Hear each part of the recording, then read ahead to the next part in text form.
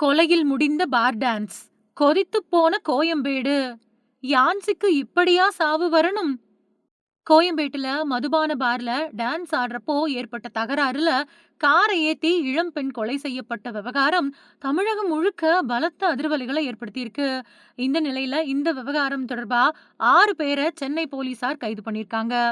விழுப்புரம் மாவட்டம் அனிச்சங்குப்பம் பகுதியைச் சேர்ந்த இளம் பெண் யான்சி, இவங்க சென்னையில இருக்கக்கூடிய இன்ஸ்டாகிராம் நண்பர் ஒருத்தரை பார்க்கறதுக்காக சென்னைக்கு வந்து ஃப்ரெண்டோட வீட்ல தங்கி இருந்தாங்க அப்படின்னு சொல்லப்படுது.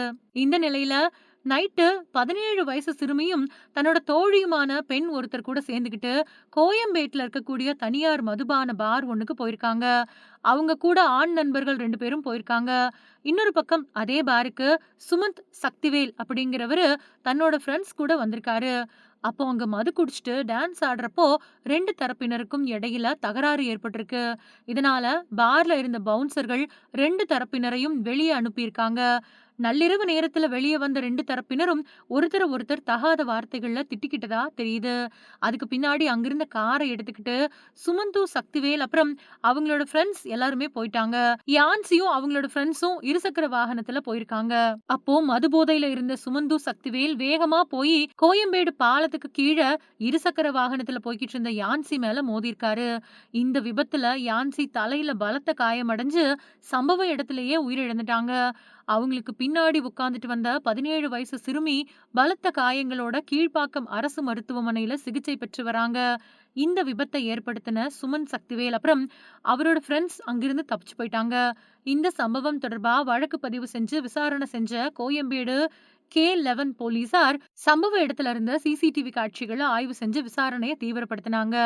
அதுக்கு பின்னாடி புதுச்சேரியில பதுங்கி இருந்த சுமந்து சக்திவேல் அப்புறம் அவரோட ஃப்ரெண்ட்ஸ் 3 பேரையும் புதுச்சேரி போலீசார் உதவியோட கைது பண்ணியிருக்காங்க. அது மட்டும் இல்லாம சென்னை விருகம்பாக்கம் அப்புறம் வளசரவாக்கம் பகுதிகள்ல பதுங்கி இருந்த சுமந்து சக்திவேல் ஃப்ரெண்ட்ஸ் பாலகுரு அப்புறம் கிஷோர் இவங்களையும் கைது பண்ணியிருக்காங்க. மொத்தமா 6 பேரை கைது பண்ணி இப்போ தீவிர விசாரணை நடத்திட்டு வராங்க. சென்னை கோயம்பேடு பக்கத்துல இருக்கக்கூடிய தனியார் மதுபான பார்ல ஏற்பட்ட தகராறுல இலங்கை தமிழ் பெண்ணான 18 வயசு யாசினி கார் ஏற்றி கொலை செய்யப்பட்டிருக்காங்க. இந்த சம்பவம் அதிர்ச்சியை ஏற்படுத்தின நிலையில குற்றம் சாட்டப்பட்ட 7 பேரையும் போலீசாரும் கைது பண்ணிட்டாங்க. சம்பவத்துல காயமடைஞ்ச சிறுமி மருத்துவமனையில சிகிச்சை பெற்று வரக்கூடிய நிலையில தனியார் மதுபான பாருக்கு சீல் வச்சு போலீசார் விசாரணை நடத்திட்டு வராங்க. விழுப்புரம் மாவட்டத்தில் இருக்கக்கூடிய இலங்கை தமிழர் முகாம்ல வசிச்சுட்டு வந்தவங்க தான் யாசினி. அங்க இருக்கக்கூடிய ஸ்கூல்ல 12வது படிச்சுட்டு வராங்க. திருவள்ளூரை சேர்ந்த இவங்களோட ஃப்ரெண்ட்ஸ் கடந்த சில நாட்களுக்கு முன்னாடி சென்னை வந்திருக்காங்க. அதுக்கு பின்னாடி சென்னை வந்த யாசினி பல்வேறு இடங்களுக்கு ஃப்ரெண்ட்ஸ் கூட போய் சுத்தி பார்த்திருக்கிறதா சொல்லப்படுது. இந்த நிலையில தான் நைட் டைம்ல யாசினி தன்னோட ஃப்ரெண்ட்ஸ் சிலர் கூட கோயம்பேட்ல இருக்கக்கூடிய தனியார் மதுபான பாருக்கு போயிருக்காங்க. அப்ப அவங்க மது அருந்தினதாகவும் சொல்லப்படுது.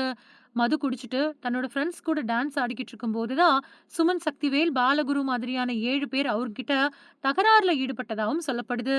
இதுல 2 தரப்புக்கும் இடையில தகராறு முற்றுனதால தான் பார் பவுன்சர்கள் 2 தரப்பினரையும் வெளியே அனுப்பியிருக்காங்க.